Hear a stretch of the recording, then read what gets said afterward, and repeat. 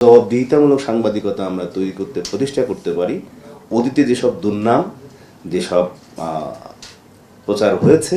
তা ভবিষ্যতে হবে না। তা আমরা যে জায়গাটায় লক্ষ্য উদ্দেশ্য ঠিক করে দায়িত্বশীল সাংবাদিকতা, আমরা কিন্তু মানে মুক্ত সাংবাদিকতার জায়গায় আমরা নেই, দায়িত্বশীল সাংবাদিকতা। আমি শরীফ আহমেদ, একাদশ টেলিভিশনের সিওএম, হেড অফ নিউজ, এবং গত 14 তারিখে 24টি টেলিভিশনের 24-এর অভ্যুত্থানের পরে 24টি টেলিভিশনের প্রধান ব্যক্তিদের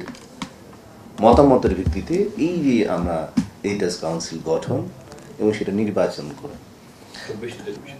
24টি টেলিভিশন প্রধান 28 জনের মধ্যে 24 জন তো এটা আমরা খুব আশাবাদী হয়েছি ওদিন যে এই সংগঠনের ভিত্তি খুব মজবুত এবং এই 24টি টেলিভিশন প্রথম সারির টেলিভিশন এবং সংবাদ ভিত্তিক সবগুলো টেলিভিশন। সুতরাং নেতৃত্ব এবং কি হবে কি করতে হবে সেই এখানে সবার মতামত নিয়েই তাদের পক্ষ থেকে যখন দাবি উঠছে যে এটা আজকেই এটা নির্বাচনের মাধ্যমে আহ্বায়ক কমিটি গঠন করুন, তখন আহ্বায়ক কমিটি গঠন হয় এবং তার পরবর্তী সময় এই নির্বাহী সদস্য হিসেবে হয়, যেটা অল্প সময়ের জন্য পূর্ণাঙ্গ কমিটি হবে, নির্বাচিত হবে নির্বাচনের মাধ্যমে। আমরা যে প্রেক্ষাপটে এই যে কেন বললাম 24-এর পরে 24টি সংবাদ ভিত্তিক বা সংবাদ আছে এরকম টেলিভিশনের প্রধানদের সমন্বয়ে গঠিত, যেটি আরও যে কয়টি বাইরে আছে তারাও এর মধ্যে যুক্ত হবেন আগামী মিটিংয়ে বা বৈঠকে। কিন্তু আমাদের লক্ষ্য উদ্দেশ্য খুব অল্প, কিন্তু আমরা যে জায়গাটায় লক্ষ্য উদ্দেশ্য ঠিক করে দায়িত্বশীল সাংবাদিকতা, আমরা কিন্তু মানে মুক্ত সাংবাদিকতার জায়গায় আমরা নেই, দায়িত্বশীল সাংবাদিকতা। কেন দায়িত্বশীল সাংবাদিকতা? যে একটা তথ্য পাওয়া মাত্রই দেওয়া, এটা কিন্তু দায়িত্বশীল সাংবাদিকতা না, সেটাকে ক্রস চেক করা। জবাবদিহিতামূলক সাংবাদিকতা, যে জনগণ, যে মানুষ, যে যাদের বিনিময়ে আজকে আমরা এই স্বাধীন সাংবাদিকতা মুক্ত সাংবাদিকতার নামে যদি আবার অন্য কিছু করতে যাই তখন কিন্তু সেটা ভীতি বিপরীত হবে। মানুষের কাছে আমাদের কাছে জবাবদিহিতা আছে, রাষ্ট্রের কাছে আমাদের জবাবদিহিতা আছে, এবং এই জবাবদিহিতা নিশ্চিত করতে হলে আমাদের সংগঠনের পক্ষ থেকে আমরা সেসব নীতিমালা প্রণয়নের জন্য এরই মধ্যে অন্য পৃথিবীর অন্য দেশে কীভাবে টেলিভিশন পরিচালিত হয়, টেলিভিশনে কী নীতিমালা আছে, সেগুলোর আলোকে আমরা এগুলো তৈরি করার জন্য অলরেডি একটি কমিটি, সাব কমিটি তৈরি, এই সংগঠনের কনস্টিটিউশন সহ কীভাবে কী হবে সেটির জন্য একটা সাব কমিটি, সমস্ত কিছু তারা কিন্তু তৈরি করছে।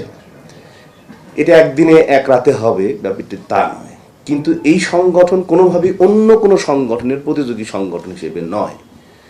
একই রকমভাবে এখানে যেহেতু সংবাদপত্রের মালিক যারা সম্পাদক, তাদের সম্পাদক পরিষদের সাথে আমাদের একটা সৌহার্দ্য সম্পর্ক থাকবে, একটা সমঝোতার সম্পর্ক থাকবে, কারণ তারা সংবাদপত্র, তাদের মাধ্যম প্রিন্ট, আমাদের মাধ্যম ইলেকট্রনিক, সো তাদের সাথে আমাদের কখনো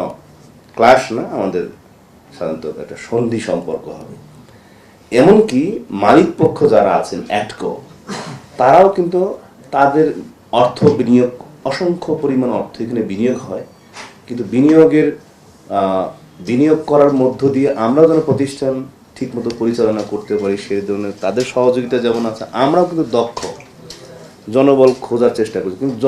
দক্ষ জনবল আমরা খুঁজে কিন্তু পাচ্ছি না, বা আমরা সেটার জন্য কিন্তু এই এডিটর্স কাউন্সিল তথ্য সম্প্রচার মন্ত্রণালয়ের সহযোগিতা বা তাদের সাথে করে একই রকমভাবে পিআইবি আছে, প্রত্যেকটা মানে সংস্থা এবং দপ্তরের সাথে সমন্বয় করে যদি সত্যিকার অর্থে দক্ষ সাংবাদিক, দায়িত্বশীল সাংবাদিক এবং জবাবদিহিতামূলক সাংবাদিকতা আমরা তৈরি করতে প্রতিষ্ঠা করতে পারি, অতীতে যেসব দুর্নাম যেসব